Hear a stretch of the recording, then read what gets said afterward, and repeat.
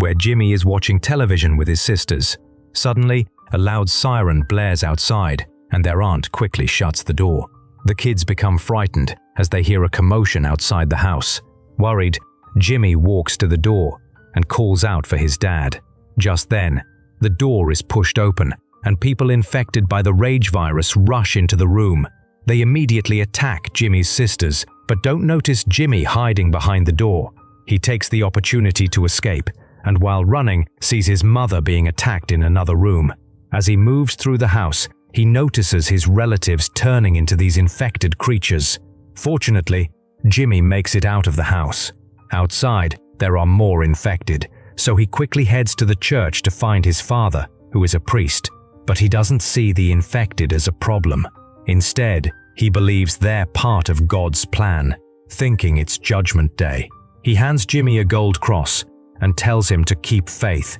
Suddenly, the infected break through the windows and burst in. Jimmy escapes, but his father chooses to stay, believing he'll be saved. They bite him, and he turns into one of them. The chaos is caused by the rage virus. Europe blocks it from spreading by isolating the UK, turning the country into a deserted wasteland where the few people still alive must fight to survive. 28 years later, a group of survivors lives safely on Lindisfarne Island, which is cut off from the mainland by a tidal causeway. Today is a crucial day for a boy named Spike.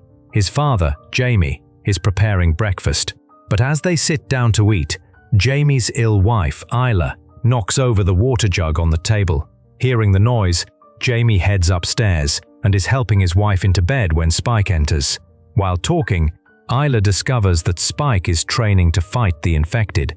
An argument starts, but she calms down after a few words. Isla struggles with memory loss and confusion, so she's often unaware of what's going on. Back in the kitchen, Spike meets Sam, who gives him a new bow as a gift. As Spike heads out of town for his training, the community cheers him on and wishes him luck. At the exit gate, Jenny reminds Spike of the rules. Anyone who leaves the island can return, but if they get into trouble, no one will risk their life to save them, as too many have died trying to rescue others. Then, Jamie and Spike cross the tidal causeway to the mainland. As they walk, Jamie tells Spike stories about life before the outbreak, and Spike is amazed to hear that. Right then, they cross a bridge to enter a forest, staying alert for any signs of danger. And soon, they spot a slow-moving infected crawling on the ground. When it pauses to eat worms, Spike readies his bow and shoots an arrow, hitting the infected in the neck and killing it quickly. Suddenly, another infected sneaks up from behind, but Jamie takes it out with an arrow. The noise draws more infected, and Jamie kills another one. However, Spike asks his father to spare the last one, and this makes him proud of his son. The duo continue their journey, and as they pass through the forest, they spot a herd of deer that amazes Spike. Just then, Jamie notices an abandoned house and goes inside. There, they find an infected person tied upside down. Now, Jamie encourages Spike to kill it, but the infected keeps struggling, and Spike is too scared to act. Suddenly, the infected breaks free, startling Spike, who instinctively shoots an arrow into its head, killing it. After that, they move forward into the forest, and they find the carcass of a half-eaten animal. When Spike looks up, he sees the animal's head is stuck in a tree, displayed like a warning. Seeing this, Jamie gets worried because only an alpha infected could done this. He tells Spike to hurry up and stay quiet. They keep moving and reach an open field. There, they spot a horde of infected, led by their alpha leader. So they quickly run back into the forest as the infected start chasing them. Despite the danger, Jamie keeps teaching Spike, showing him how to shoot arrows while moving and kill the infected. And while killing the infected, they return to the abandoned house, shooting any that follow, and desperately search for a place to hide. They finally find the attic entrance, climb up, and close it just in time, before the infected can find them. Later, as night falls, they look outside and see Alpha is still there. And Jamie tells Spike that Alphas are stronger, smarter, and require many arrows to kill. Since they've run out of arrows, they have no choice but to wait. But Spike feels bad for missing some shots, so Jamie comforts him. saying he did well for his first time. Late at night, Jamie shows Spike a light and explains it's the quarantine patrol. On the other side, Spike notices a fire and asks what it is, but Jamie avoids answering. Later, when Spike falls asleep, he has a strange nightmare about his mother drowning while everything around her shakes. Jamie wakes Spike up because the house is actually shaking, and they escape the house just before the roof collapses. Realizing the noise will draw the infected, they start running toward home as fast as they can. Soon they reach the tidal causeway, but the tide has risen, covering it. Now Jamie tells Spike that the water isn't too deep and urges him to cross, so they start running. Suddenly, a flock of birds flies overhead, and the Alpha appears on the causeway chasing them. Seeing the Alpha, Jamie and Spike run as fast as they can. Spike slips, but Jamie helps him up. As they get close to the town gate, Jamie shouts and blows a whistle to alert the guards. The guards turn on lights to spot the Alpha and shoot arrows at it, knocking it down. The Alpha gets back up quickly, so they shoot a flaming arrow next, which finally stops it. Jamie then pulls Spike toward the gate, where Jenny makes them wait a few seconds to confirm they're not infected, before opening the gate to let them inside. Later that night, the entire town throws a party to celebrate Spike's safe return. Jamie shares the whole story with the crowd, but Spike isn't comfortable with all the attention. The celebration becomes overwhelming for him. Feeling overcome, Spike rushes outside and vomits. While outside, Spike spots Jamie sneaking around with another woman and realizes his father is cheating. So he goes home and tells Sam about his adventure, then asks about the fire he saw earlier. Sam believes it was caused by Dr. Kelson and tells that he is a very strange person. Spike tries to learn more about Kelson, but Sam says, "Your dad doesn't want to tell you about this, so how can I?" The next day, Isla wakes up with a headache and asks for medicine. Just then, Jamie enters. Spike, still upset and angry, can't stand to look at him and leaves the room.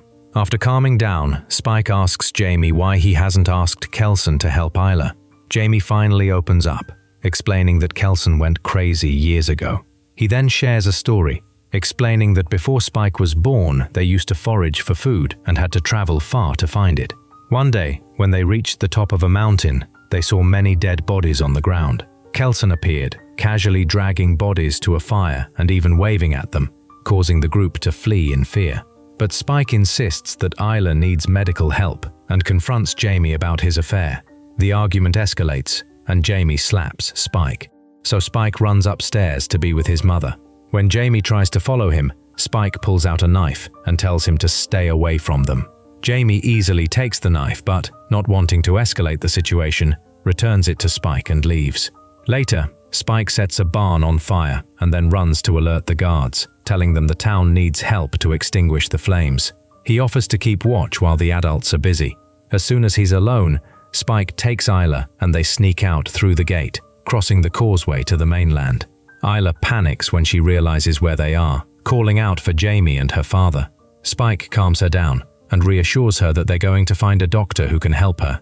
After walking all day, Spike and Isla find a building where they can rest in night. While they are sleeping, an infected sneaks into the building and crawls towards Spike and starts eating shoelaces, but spits them out when it realizes they're not worms.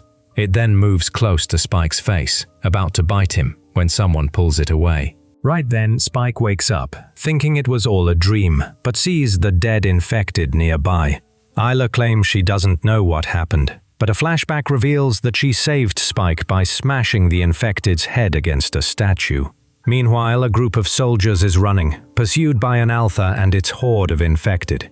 They fire at the infected while fleeing, but the infected soon catch up and start biting them, turning them into infected as well. The remaining soldiers have no choice but to shoot their own teammates. Only 3 soldiers escape, reaching a tunnel where they close the gate and shoot any infected that get too close. After that, the soldiers begin exploring the tunnel, but are suddenly attacked by an Alpha. The Alpha seizes one soldier and brutally rips his head off, using the spine to knock down another soldier. The 3rd soldier fires at more infected coming through the door and then flees the tunnel. Back to Spike and Isla. They keep traveling when they come across an old statue. There, Isla talks to Spike for a while, mistakenly believing he's her father. Suddenly her nose starts bleeding and the smell attracts an infected. Spike swiftly kills it with an arrow. Soon more infected show up, and they run as fast as they can, with Spike shooting arrows at any infected that get too close. Luckily, they reach a gas station and rush inside, but the air inside is filled with fumes, making it hard to breathe. The infected follow them in, so they keep running. However, there are too many infected, and they end up trapped. At that critical moment, a hatch in the ceiling opens, and a soldier named Eric tells Spike and Isla to lie down. He then starts shooting at the infected, and the gunfire ignites the fumes in the room, causing a massive explosion. The flames burn all the infected, but Spike and Isla remain safe. Once it's safe, they leave the building. While Isla vomits and struggles with a headache, Eric approaches them, asking for directions. He panics when Spike doesn't have an answer. Ultimately, Eric decides to join them and offers to carry Isla as they continue their journey. After hours of walking, the trio stops to rest. Eric tries to use his phone, but there's no signal. Spike, who has never seen a phone before, is curious, so Eric explains how it works and shows him a picture of his girlfriend. Just then, the phone's battery dies, and Eric tosses it aside. Then the trio starts walking again. Suddenly, Isla hears a noise and wanders off alone. She follows the sound to an abandoned train, where she's shocked to discover a pregnant infected woman inside. At first, the infected woman acts aggressively, but Isla shows she's not a threat and helps her give birth.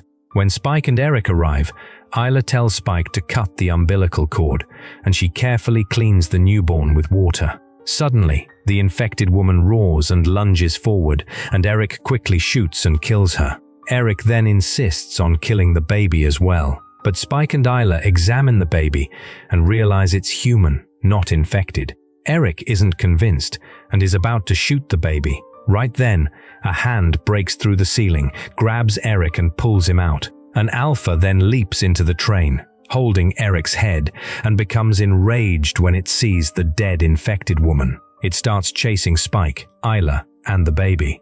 As they flee, Spike shoots arrows at the alpha, which don't do much damage but slow it down. Eventually, they escape the train, but the alpha jumps down too and keeps chasing them. Right then, Kelson appear and knock out Alpha, who he named Samson, with a sedative dart.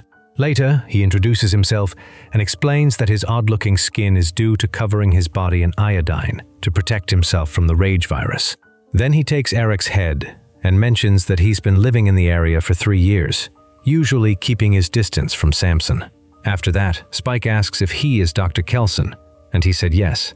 Then Spike asked to help his mother Isla, and Kelson agrees, leading them to his bone temple, a shrine he built to honor the dead. Afterward, Kelson tosses Eric's head into a fire, and once the flesh burns away, he cleans the skull and asks Spike to place it on the Tower of Skulls. He then conducts several tests on Isla and determines that she has terminal cancer. Upon hearing this, Isla begins to cry, and Spike panics, not grasping that her illness cannot be easily cured. Isla calms him down, gently explaining that she has suspected she had cancer for some time but wasn't certain. Without Spike noticing, Isla gives Kelson a signal that she's ready to end her suffering.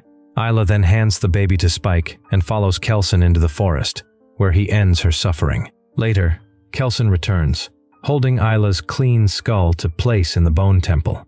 Then Spike hands the baby to Kelson and climbs the bone tower, placing Isla's skull at the top as the sun rises. Later that morning, Samson appears running across the field, so Kelson quickly hides the kids in a pit he made for emergencies. Soon, Samson finds the pit and tries to tear off the lid, but it's too sturdy, and he eventually gives up. Just when they think they're safe, Samson smashes through the wooden cover, grabs Kelson, shakes him violently, and begins choking him. Spike reacts quickly, grabbing one of Kelson's sedative darts and stabbing it into Samson's arm. The sedative works immediately, knocking Samson out. After that, Spike returns to town carrying the baby in a basket, whom he names Isla. He leaves her outside the town gate with a note, and Jenny finds it. And the note reaches Jamie, who learns that Spike has left and doesn't want anyone to search him. Heartbroken, Jamie rushes out of town to search Spike, but high tide prevents him from going far. And 28 days later, Spike is surviving alone on the mainland, hunting animals for food. When an infected approaches him, He confidently kills it with a single shot. Soon, more infected approach, forcing Spike to flee, and reaches a road blocked by a large rock wall where only one infected finds him, and Spike quickly kills it. Suddenly, he hears a surprised noise and turns to see a man named Jimmy, who is the boy we saw at the beginning of the movie. Jimmy, impressed by Spike's fighting skills, tells him he's not alone and has his own team. As more infected start showing up, so everyone jumps down from the wall and teams up to kill them. They quickly eliminate the infected in just a few minutes. After the last infected is defeated, Jimmy cheers, turns to Spike, and suggests they team up as friends.